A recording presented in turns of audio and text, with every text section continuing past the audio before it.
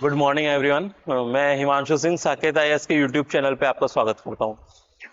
आज का जो हम लोग का टॉपिक है वो है प्रेशर बेल्ट का।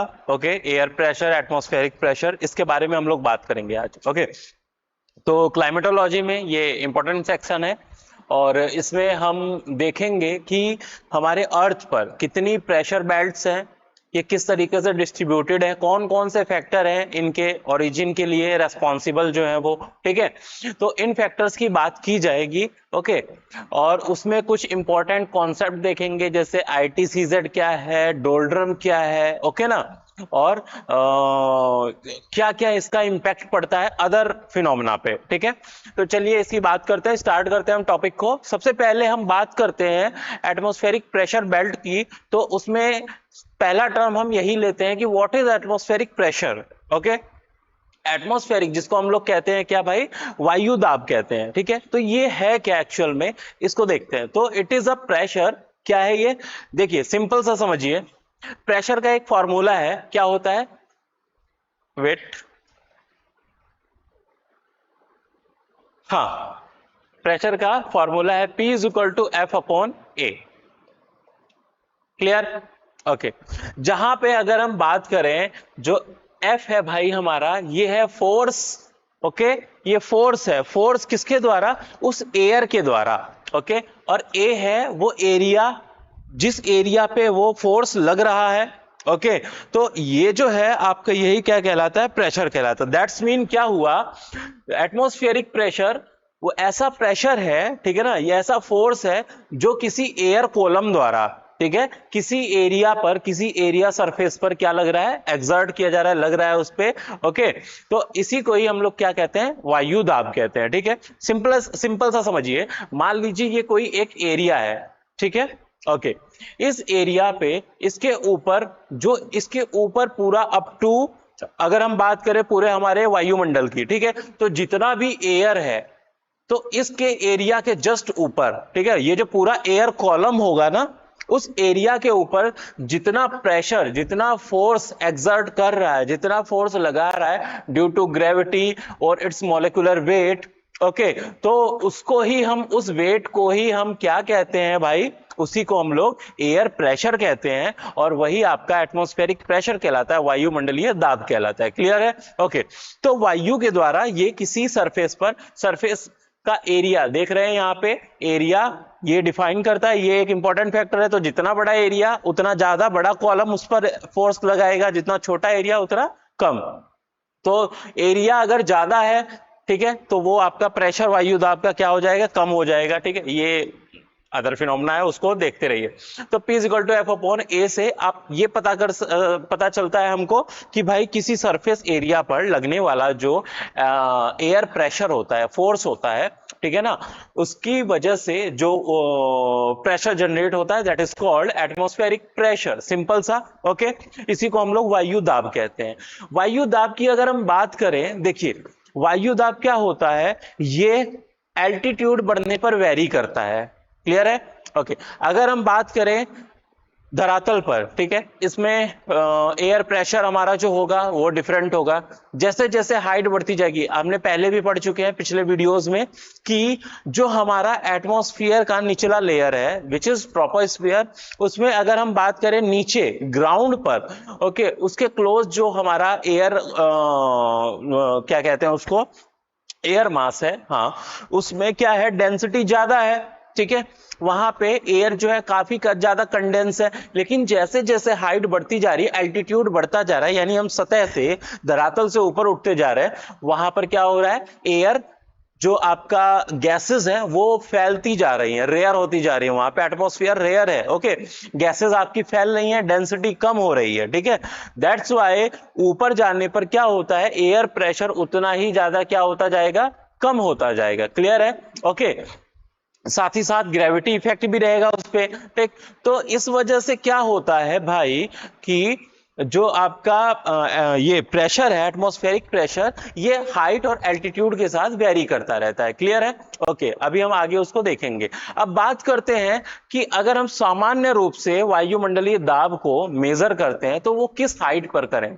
ओके ना, कि भाई किसी एक हाइट होनी चाहिए, पता चला हमने पहाड़ों पे रख के उसको मेजर कर रहे हैं तो हमें एग्जैक्ट नहीं पता चल रहा है, तो हम एक स्टैंडर्ड पैमाना क्या रखें, तो उस पे हमने जो सी सरफेस है, ओके ना, वहां से समुद्र तल की ऊंचाई से, समुद्र तल से हम लोग उसको लेते हैं। आपने देखा होगा कहीं किसी भी लोकेशन के, जैसे स्टेशन वगैरह पे आप बोर्ड देखते हैं ना, तो उस पे लिखा होता है स्टेशन के नाम के नीचे समुद्र तल से ऊंचाई इतनी, ठीक है, दैट इज एल्टीट्यूड वहां का। ओके, तो किसी भी स्थान की ऊंचाई जो होती है वो किससे हम मेजर करते हैं, समुद्र तल। ओके, तो उस सी लेवल से अगर हम बात करें, ठीक है, एक पैमाना हम यूज करते हैं, एक मीटर होता है, दैट इज कॉल्ड, हम जिसको एटमॉस्फेरिक प्रेशर को मेजर करते हैं। ये किस यंत्र से हम मापते हैं इसको, तो इसको हम मापा जाता है बैरोमीटर से, बैरोमीटर। ओके, बैरोमीटर जो होता है उसमें, जो पहले बैरोमीटर यूज किया जाता था, हालांकि उसमें मरकरी जैसी चीजों का, धातु का यूज किया जाता है, ठीक है ना, वो क्या करता है अभी आगे स्लाइड में हम देखते हैं। देखिए आ गया बैरोमीटर, ये आपको दिख रहा होगा, ये वाला, इसमें मरकरी भरा होता है, ठीक है ना, ये एटमॉस्फेरिक प्रेशर मेजर कर रहा है। तो इसमें क्या हो रहा है, जो ऊपर ये एयर कॉलम इस पे प्रेशर लगा रहा है, वो प्रेशर की वजह से इसमें इस तरफ लेवल हाई और लो होता जाएगा। क्लियर है? ओके, तो इस सिचुएशन में अगर हम बात करें मरकरी बैरोमीटर पर, तो नॉर्मली सी सरफेस पर 76 सेंटीमीटर जो होता है सी लेवल पर, क्या होता है, वही हमारा सामान्य वायुमंडलीय दाब होता है। ठीक है, यानी मरकरी पैमाने पर, बैरोमीटर पैमाने पर, समुद्र तल पर जो हमारा सामान्य वायुमंडलीय दाब होता है, ठीक है, वो कितना होता है भाई, 76 सेंटीमीटर, 76 सेंटीमीटर। ओके, ठीक है, तो इसमें हम लोग इस मरकरी बैरोमीटर का यूज करते हैं। ठीक है, एक बैरोमीटर जो आजकल हम लोग अदर जगह भी देखते हैं, ये थोड़ा इससे एडवांस है, इसको हम लोग बात करते हैं एनेरॉइड बैरोमीटर। ये देखिए नाम इसका लिखा होगा, aneroid barometer, ANEROID, aneroid barometer. ठीक है, जैसे गैस सिलेंडर वगैरह देखते होंगे, उसमें आपको एक छोटा सा मीटर दिखाई देता होगा, ठीक है, या फायर एक्सटिंग्विशर होता है, ठीक है, या अगर आपने कभी देखा हो, जैसे हम लोग टायर में प्रेशर मेजर करते हैं ना, तो एक छोटा सा इस तरीके का आपको मीटर दिखाई देता है, ठीक है, उसमें सुई ऐसे निडल मूव करती रहती है, प्रेशर कितना कम ज्यादा बताती है। ठीक है, तो that is aneroid barometer. Okay, तो ये क्या करता है, ये वायुमंडलीय दाब को बताता है यहां पर। ठीक है, तो इससे क्या करते हैं हम लोग, वायुमंडलीय दाब को मेजर करते हैं। क्वेश्चन इस पे एक इंपॉर्टेंट क्वेश्चन कई बार इनमें स्टेट पीसीएस एग्जाम में पूछा गया, क्या समझिएगा इसको। पहले तो मैं बेसिक बात बता दूं इसके बारे में कि देखिए, जब वायुमंडलीय दाब बढ़ रहा है, वायुमंडलीय दाब बढ़ रहा है, ठीक है, तो उसमें क्या हो रहा है, बैरोमीटर की हाइट क्या होती जाएगी, बढ़ती जाएगी, ये हाइट इसकी बढ़ती जाएगी। क्लियर है?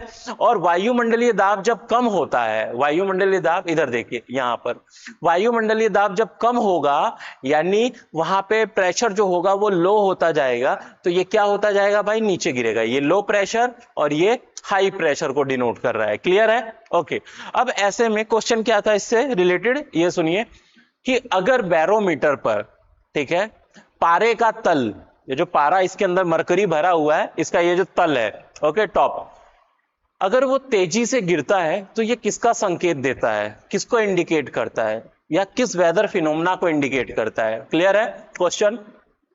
ओके, तो देखिए अगर ये तेजी से गिर रहा है, दैट्स मीन कि लो प्रेशर होगा, हाई प्रेशर, भाई नीचे गिर रहा है ना, that is low pressure. Okay, तो इसमें क्या होगा, वो इंडिकेट कर रहा है हाईली, यानी कम समय में बहुत तेजी से एटमॉस्फेयर में लो प्रेशर का जनरेट हो जाना। ठीक है, ऐसे में जब हाई इंटेंसिटी का लो प्रेशर जनरेट होता है, तो ये किसको इंडिकेट करता है, ये साइक्लोनिक कंडीशन बताता है कि साइक्लोन वगैरह जो है वो उत्पन्न होने वाले हैं या आ सकते हैं। क्लियर है? ओके, और जबकि इसका रिवर्स करें, अगर ये तल तेजी से ऊपर की ओर बढ़ता है, तो ये क्या दिखाता है भाई, ये एंटी साइक्लोनिक कंडीशन दिखाता है, यानी ये बताता है कि एटमॉस्फेयर एकदम क्लियर रहेगा, साफ रहेगा, हवाएं तीव्र नहीं चलेंगी। ओके, मौसम एकदम साफ रहेगा। ठीक है, तो साइक्लोन का anti cyclone opposite weather phenomena है एक तरीके का। ठीक है, तो बैरोमीटर क्या करता है, इस तरीके से इंडिकेट करता है। तो ऐसे कुछ क्वेश्चन कभी एग्जाम में पूछ लिए जाते हैं। चले आगे चलते हैं हम लोग। ओके तो भाई ठीक है, एटमॉस्फेरिक प्रेशर की बात की जाए अगर इसमें हम देख लें एक बार, तो अगर ये देखिए यहां पर नीचे मैंने लिखा है प्रेशर है यहां पे, और इस तरफ एल्टीट्यूड है। यहां पे देख रहे हैं अगर हम समुद्र तल से ऊंचाई देख रहे हैं, ये इंक्रीज कर रही है। ओके, और यहां पे प्रेशर जो है, प्रेशर इस तरफ इंक्रीज कर रहा है। ठीक है, यानी इधर प्रेशर कम है, इधर प्रेशर ज्यादा है। क्लियर? ओके, अब यहां पे हाइट बढ़ रही है तो प्रेशर भी क्या है आपका, कम है। जैसे जैसे हाइट आगे कम होती जा रही है, प्रेशर क्या होता जा रहा है, इंक्रीज हो रहा है। क्योंकि हमारा जो लोअर एटमॉस्फेरिक लेयर है यानी ट्रोपोस्फियर, उसमें निचले लेयर पर जो डेंसिटी होती है एयर की ज्यादा होती है, प्रेशर वहां पे ज्यादा होता है। ऊपर हाइट पे जाने पे जो एयर है वो फैली हुई अवस्था में है, काफी रेयर है, फैले हुए हैं दूर दूर। ओके, तो इस वजह से वहां पे एटमॉस्फेरिक प्रेशर इतना नहीं है। और दूसरी चीज है वहां पे जो डेंसिटी है एयर का वो भी इतनी ज्यादा नहीं है। दैट्स वाई ऊपर माउंटेन एरिया में अगर जैसे जैसे हम जाते हैं एयर प्रेशर कम हो जाता है। ठीक है, ओके, और नीचे आते हैं तो एयर प्रेशर हमको नॉर्मली फील होता है। ठीक है, तो हमारी बॉडी जो है वो उसी अकॉर्डिंग अडेप्ट है। ठीक है, जैसे हम लोग ग्राउंड पे रह रहे हैं तो हमारी बॉडी उस अकॉर्डिंग है कि भाई हम बाहर का जो एटमॉस्फेरिक प्रेशर है वो हमारे अंदर जो एयर है उसके द्वारा लगने वाले एयर प्रेशर के क्या है, इक्वल है। समझ रहे हैं? मान लो ये हमारी बॉडी है, इसके अंदर से बाहर की तरफ भी एक प्रेशर लग रहा है। ओके, और बाहर से एटमॉस्फेयर का प्रेशर भी हमारी बॉडी पे लग रहा है। जब ये दोनों इक्वल है तब बैलेंस है, हमको कोई प्रॉब्लम नहीं है। लेकिन अगर मान लो जस्ट इमेजिन कि एटमॉस्फेरिक लेवल क्या हो जाए, जो एटमॉस्फेरिक प्रेशर है वो तेजी से कम हो जाए। और कम कब होगा, जब हम बहुत ऊंचाई पे, हाइट पे पहुंच जाए। ठीक है ना, तो हम बहुत ऊंचाई पे, हाई एल्टीट्यूड पे अगर पहुंच जाए, इतनी ऊंचाई पे पहुंच जाए कि हमारे बॉडी के अंदर जो प्रेशर है जो बाहर की ओर लग रहा है वो बाहर वाले वायुमंडलीय दाब से अधिक हो जाता है। तो ऐसे में क्या हो सकता है भाई, नसें फट सकती हैं हमारी। ठीक है, ओके, तो नाक और कान से ब्लड निकल सकता है। तो इस तरीके की सिचुएशन क्रिएट हो सकती है। क्लियर है? तो ऐसे में क्या होता है कि एक नॉर्मल वायुमंडलीय दाब जो होता है वो हमारा इस लेवल में देखने को मिलता है, ग्राउंड लेवल पे देखने को मिलता है। ठीक है, और ये नॉर्मल वायुमंडलीय दाब जो है लगभग 76 पारे, समुद्र तल की ऊंचाई पर 76 सेंटीमीटर पारे के तल के बराबर होता है। क्लियर है? ओके, इसको हम बैरोमीटर पे जब मेजर करते हैं तो इसके लिए यूनिट हम मिली बार यूज करते हैं, मिली बार। Okay, clear? चले आगे चले। अब बात करते हैं हम लोग भाई, सीधे आते हैं अपने टॉपिक पे, और हमारा टॉपिक जो है वो है प्रेशर बेल्ट। एटमॉस्फेरिक प्रेशर में जो हमारे अर्थ पे अगर हम बात करें, इस तरीके से प्रेशर का डिस्ट्रीब्यूशन है। ओके, टेम्परेचर वेरिएशन है। ठीक है, उसकी वजह से डिफरेंट डिफरेंट प्रेशर बेल्ट्स बनी है। ओके, तो हम ओवरऑल पूरे अपने ग्लोब पर अगर हम बात करें तो टोटल 7 प्रेशर बेल्ट है। ओके, ये 7 मुख्य प्रेशर बेल्ट जो हैं वो कुछ इस तरीके से हैं। यहां पे मैंने हिंदी में दे रखा है, इधर इंग्लिश में है, इधर देख लीजिए आप। 0 डिग्री ये इक्वेटर लाइन है आपकी, ये वाली लाइन दिख रही है आपको, it is equatorial line. Clear? Okay, इसके ऊपर जो है 23.5 से लेके लगभग आपका हाँ कहाँ गया, 35 डिग्री, इसमें देख लीजिए यहाँ पे ये वाला एरिया, यहाँ पे इसको कहते हैं हम लोग भाई कौन सा, उपोष्ण कटिबंधीय उच्च वायु दाब की पेटी। इक्वेटर के ऊपर चले 23.5 degree, 23.5, it is a tropic of cancer. कर्क रेखा से लेके 35 डिग्री तक के बीच का जो रीजन है ये क्या है भाई, आपका उपोष्ण कटिबंधीय उच्च वायु दाब की पेटी, यानी यह हाई प्रेशर वाली बेल्ट है। ठीक है, इसके ऊपर 45 से 66.5 यानी ये जो आर्कटिक सर्कल है इनके बीच का जो ये रीजन है, यहाँ पे उप ध्रुवीय निम्न वायु दाब की पेटी, इसको कहते हैं हम लोग सब polar low pressure belt. Okay, और यहाँ पे 85 to 90 वाला जो एरिया है उसमें क्या है भाई, आपका पोलर हाई प्रेशर बेल्ट है। ओके, सिमिलरली आपका सदर्न हेमिस्फीयर में भी ऐसे ही है। ओके, ट्रॉपिकल, सब ट्रॉपिकल एंड सब ट्रॉपिकल, पोलर, सब पोलर और पोलर। ठीक है ना, तो 3 ऊपर हैं आपकी, कौन कौन सी, एक ये हो गया आपका, कहां गया ये, 2 3 4 5 6 7। क्लियर है? ओके, यानी अगर हम बात करें एक उच्च, इसको कहते हैं हम लोग सब ट्रॉपिकल हाई प्रेशर बेल्ट, दूसरा हो गया हमारा सब polar high low pressure belt, ठीक है, तीसरा हो गया हमारा polar high pressure belt. Similarly नीचे भी सदर्न हेमिस्फीयर में भी 3 सब ट्रॉपिकल, सब पोलर एंड पोलर, ठीक है, 3 3 6, और बीच में आपका ये भूमध्य रेखीय जो है इक्वेटोरियल, ये है low pressure belt, that is 7। तो हमारे अर्थ पर कितने एटमॉस्फेरिक प्रेशर बेल्ट हैं? There are 7 major pressure belt. Okay, clear? चले, तो अब इन प्रेशर बेल्ट की बात करते हैं सबसे पहले कि ये प्रेशर बेल्ट कौन कैसे बना है, क्या उनके पीछे फैक्टर है, और इसके अंदर कुछ इंपॉर्टेंट टर्म्स हैं जिसकी हम बात करेंगे यहां पर, ठीक है। तो सबसे पहले आते हैं हम इसी पे। देखिए, प्रेशर बेल्ट जो अर्थ की है वो 2 तरीके से डेवलप हो रही है। पहला तो या तो वो थर्मली हो रहा है develop, okay, thermally induced pressure belt है वो, या फिर वो डायनामिकली हो रहा है। डायनामिकली कहने का सेंस क्या है भाई, कि आपको पता है हमारी अर्थ जो है वो वेस्ट से ईस्ट में, वेस्ट टू ईस्ट डायरेक्शन में वो रोटेट कर रही है अबाउट इट्स एक्सिस, ओके ना, अपने एक्सिस के, अपने जो इसका ये धुरी है उसके चारों ओर कैसे पश्चिम से पूर्व दिशा में घूम रही है। इस रोटेशन की वजह से क्या हो रहा है, इस पे यहां पे सेंट्रीफ्यूगल नाम का एक फोर्स, विच इज सेंट्रीफ्यूगल, या उसको कह सकते हैं हम लोग क्या, अब केंद्रीय बल, ओके, सेंट्रीफ्यूगल फोर्स लग रहा है, ठीक है, और इसकी वजह से एक कोरियोलिस फोर्स भी लगता है, ठीक है, ओके। तो ऐसे में क्या हो रहा है कि ये जो फोर्सेस हैं, जब ये यही फोर्स आपके विंड्स पे लगते हैं, ओके, और उनकी वजह से जब उनका डिस्ट्रीब्यूशन होता है, उनका सर्कुलेशन होता है, रोटेशन होता है, उसी को हम लोग क्या कहते हैं, डायनामिकली इंड्यूस्ड प्रेशर बेल्ट। तो उस रोटेशन की वजह से, विंड्स के उस रोटेशन की वजह से जब इस तरीके की प्रेशर बेल्ट्स बनती हैं, ओके, या तो हाई या लो, तो उसको क्या कहते हैं हम भाई, it is induced by dynamically, okay ना। और जबकि टेम्परेचर की बात करें अगर हम लोग, सनलाइट पड़ रहा है, ठीक है ना, तापमान बढ़ा किसी एरिया में मान लो, तो वहां पे आसपास की एयर गर्म हुई, गर्म होके एयर कैसी होती है, हल्की होती है, वो ऊपर उठती है, वहां पे कैसा प्रेशर बनेगा, नीचे लो प्रेशर बनेगा। तो यहां पे जो लो प्रेशर बन रहा है वो टेम्परेचर की वजह से बना ना, तो that is called thermally induced pressure belt. Clear है ये? ओके, इसमें देखिए थर्मली इंड्यूस्ड प्रेशर बेल्ट की अगर हम बात करें, कौन है, equatorial low pressure belt and polar high pressure belt.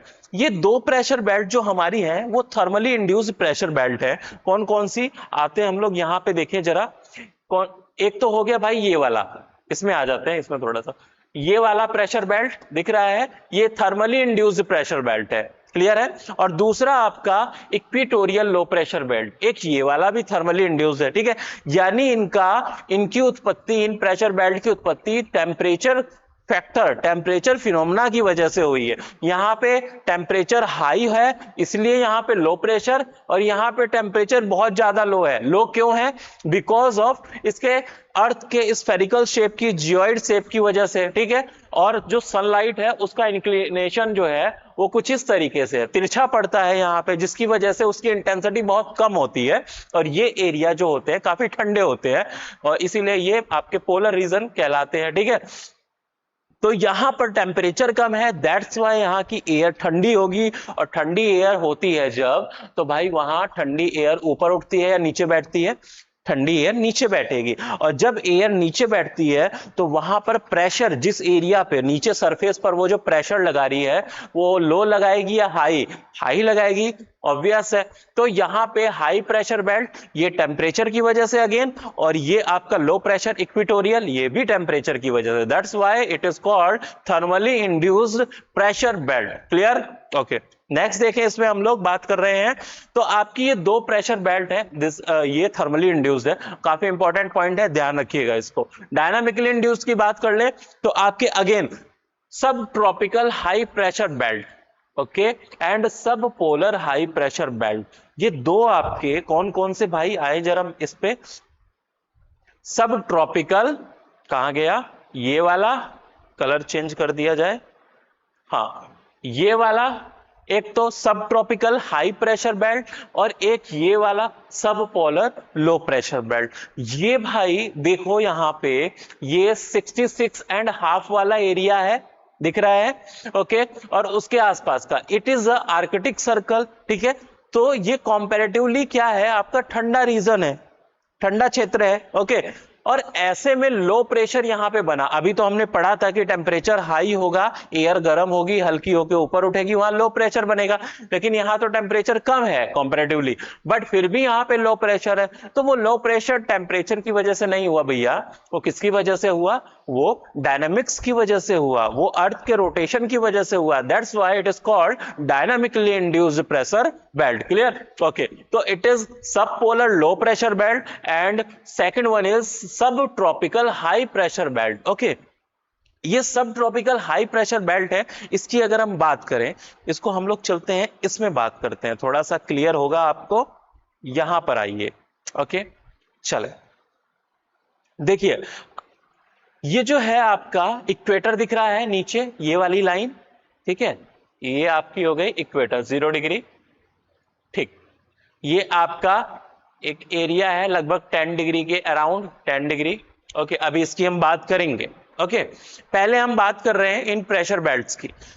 देखिए, जब क्या है, इधर भी मैं एक बना दे रहा हूं छोटा सा, ये इक्वेटर है और ये है ट्रॉपिक ऑफ कैंसर, ठीक है। और यहां पे हो गया आपका tropic of sorry Arctic circle, और ये हो गया आपका पोल, ठीक।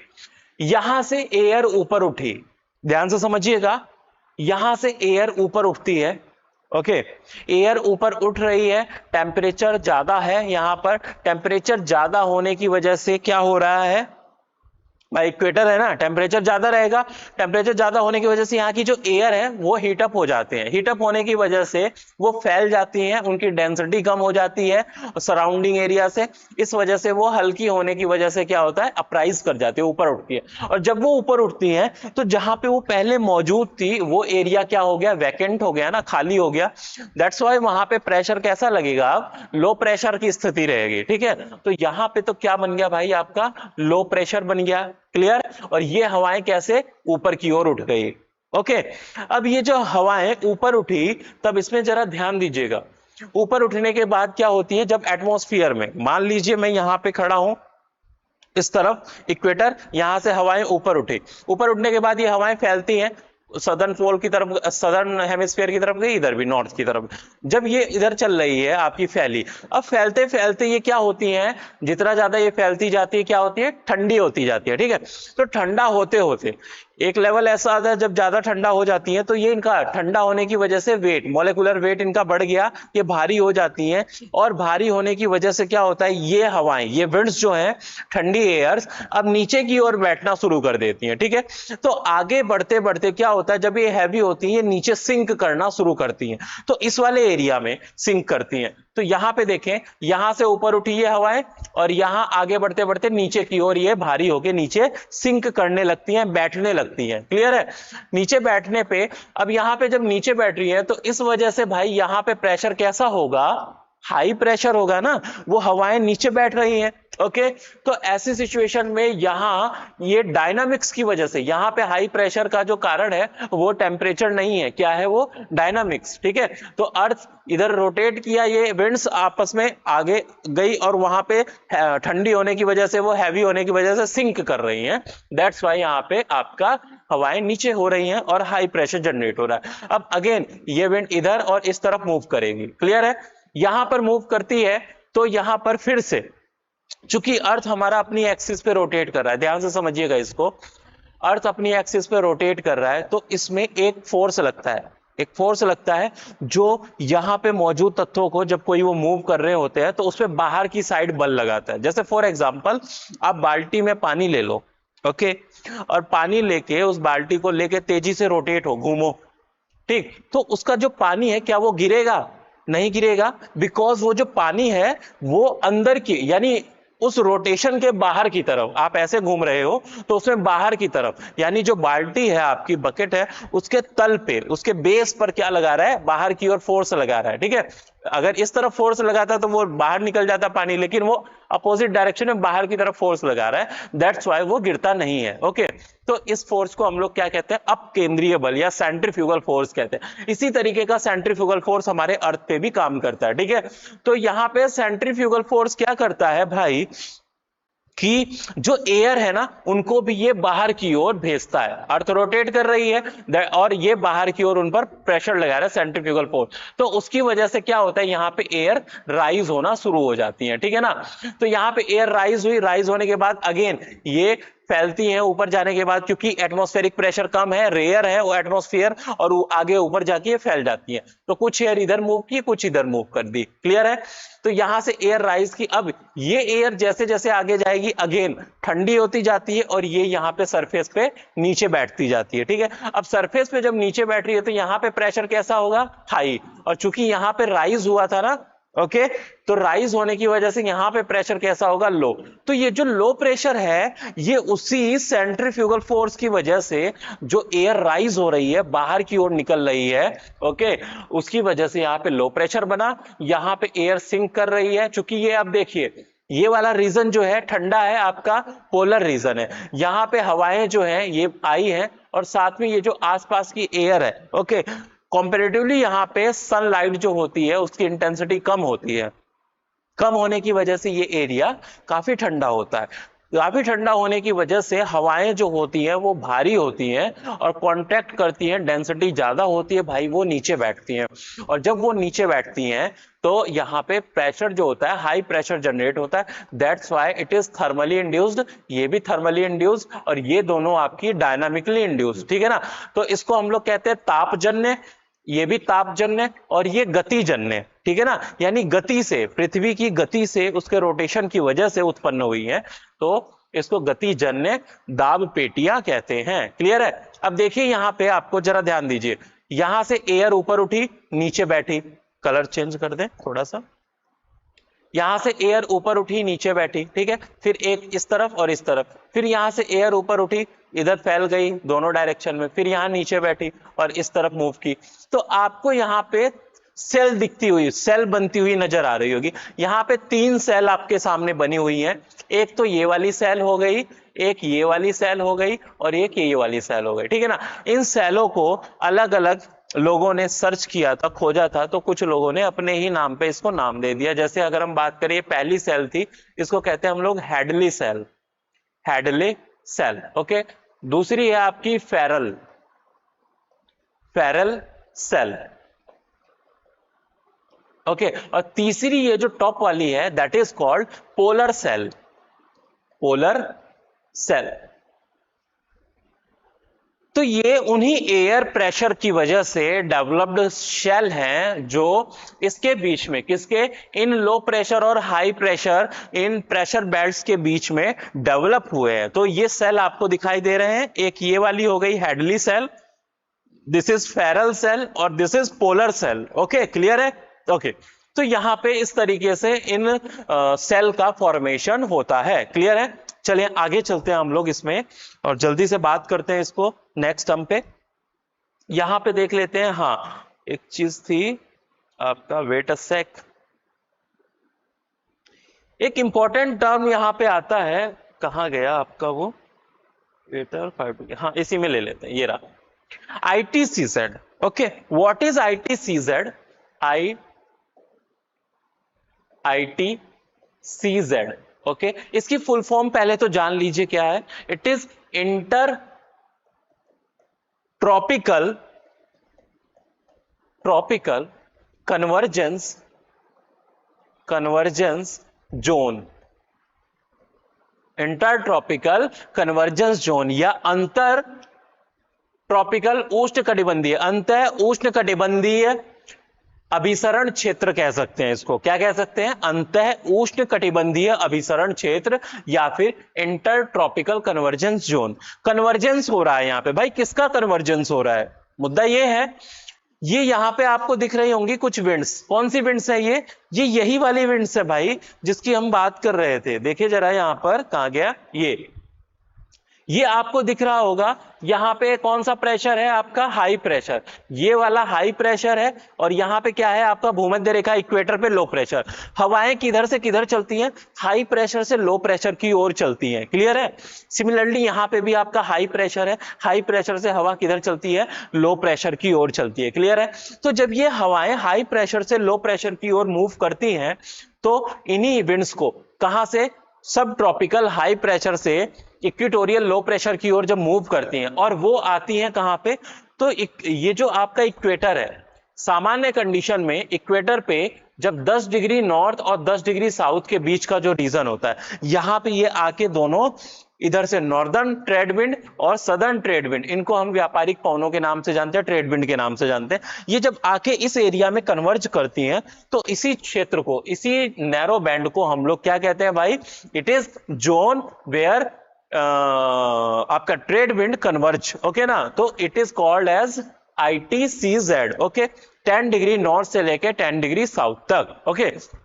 यहां पे दो तीन बातें बहुत महत्वपूर्ण है जिसको ध्यान रखना है।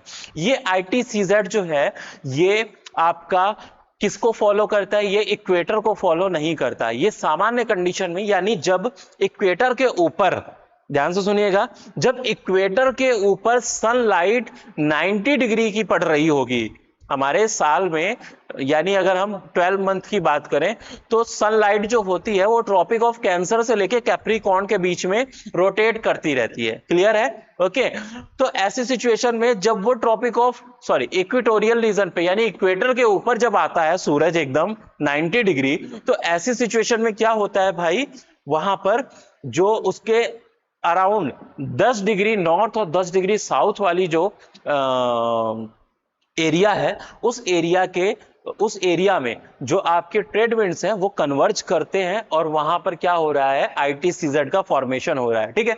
लेकिन जब अगर हम बात करें जून की या दिसंबर की, जब हमारे अर्थ पे अगर हम देखें तो सनलाइट जो है ट्रॉपिक ऑफ कैंसर, जून में ट्रॉपिक ऑफ कैंसर पे परपेंडिकुलर 90 डिग्री पे पड़ रहा है, या फिर दिसंबर में ट्रॉपिक ऑफ कैप्रिकॉर्न पे, तो सनलाइट जब जून में और दिसंबर में नॉर्थ और साउथ की तरफ शिफ्ट करती है, ठीक है, तो उस सनलाइट को फॉलो करती है कौन, ITCZ। ये ITCZ मैंने बताया अभी, ये इक्वेटर को फॉलो नहीं करती, ये तो इक्वेटर के आसपास 10 डिग्री तब है जब ये कब रहता है, जब इक्वेटर पे सनलाइट 90 डिग्री पड़ रही हो।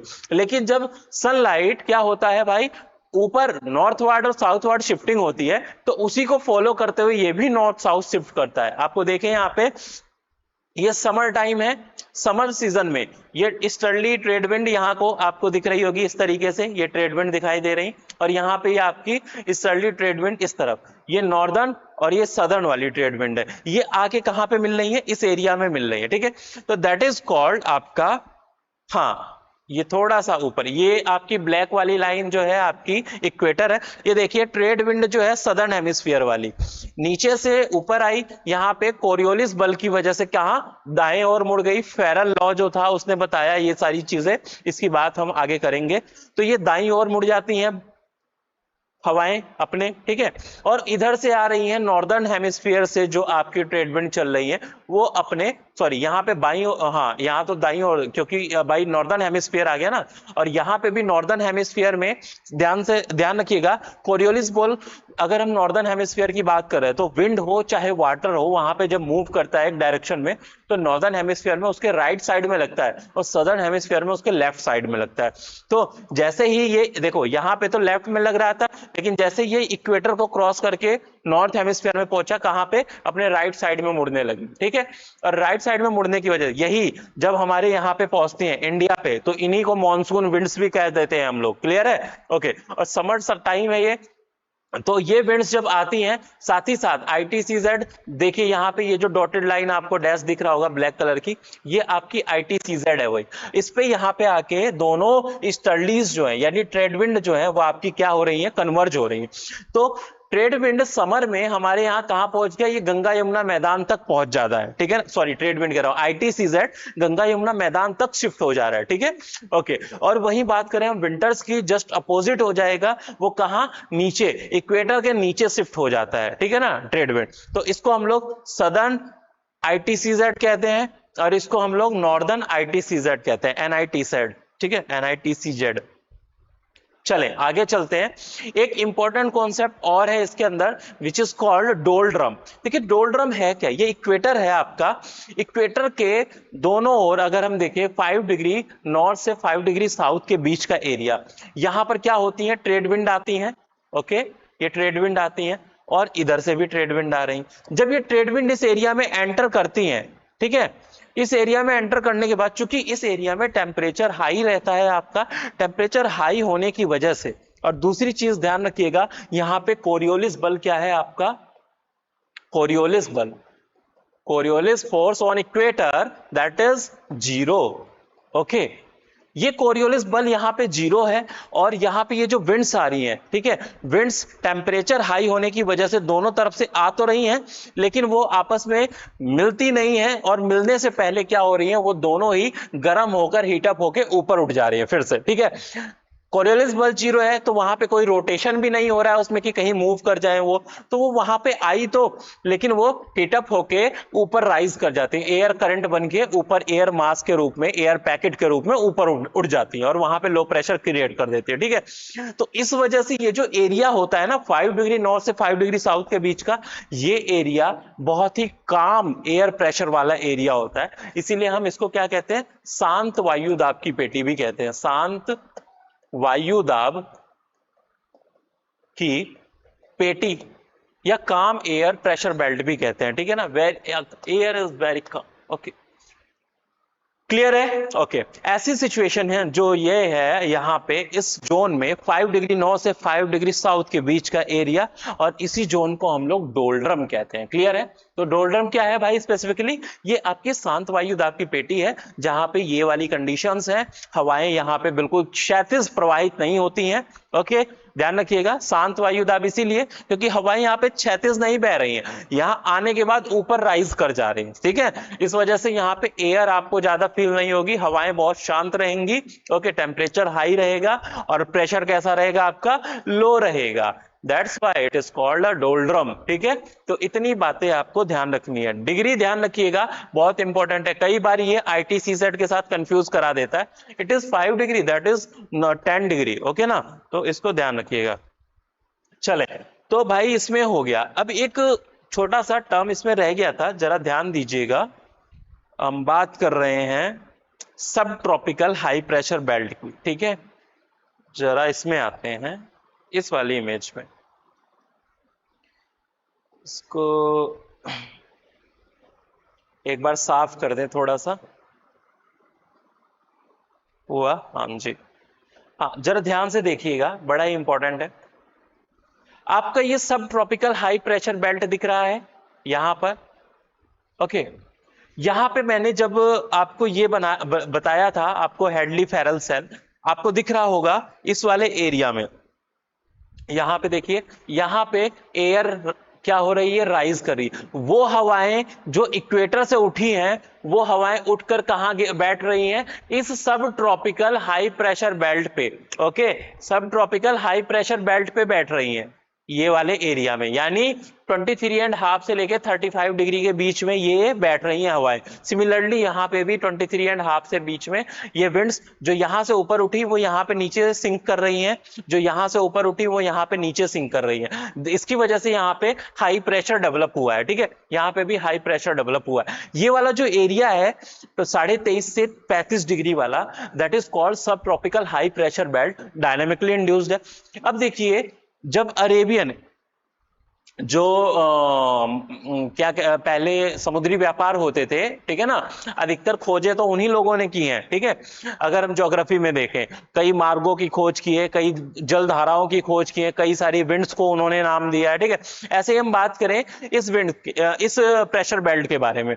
इस प्रेशर बेल्ट में क्या था कि इस वाले एरिया में जब वो व्यापारी, अरेबियन व्यापारी, जब घोड़े वगैरह लेके अपने जहाज पर, ठीक है, पहले वो पाल वाली जहाज चलती थी, बड़े बड़े जहाज, जैसे पायरेट्स ऑफ कैरेबियन में देखे होंगे आप लोगों ने कि बड़ी शिप होती थी, उसके ऊपर पर्दा लगा होता था, ठीक है। और वो पर्दे जो होते थे, जब उससे एयर टकराती थी, विंड टकराती थी, तो उसी डायरेक्शन में उसको बहाकर ले जाती थी। क्लियर है। तो अब जब इस एरिया में वो विंड्स वो शिप पहुंचती थी घोड़े लादकर, तो वो अरेबियन व्यापारियों को, अब चूंकि यहां पे देखिए हवाएं सिंक करके नीचे बैठ रही हैं, तो उन बोट के ऊपर, उन शिप के ऊपर हवाएं प्रेशर लगा रही हैं, ठीक है। चूंकि उस एरिया में हाई प्रेशर है, वहां पे हवाएं नीचे की ओर बैठ रही हैं, ठीक है।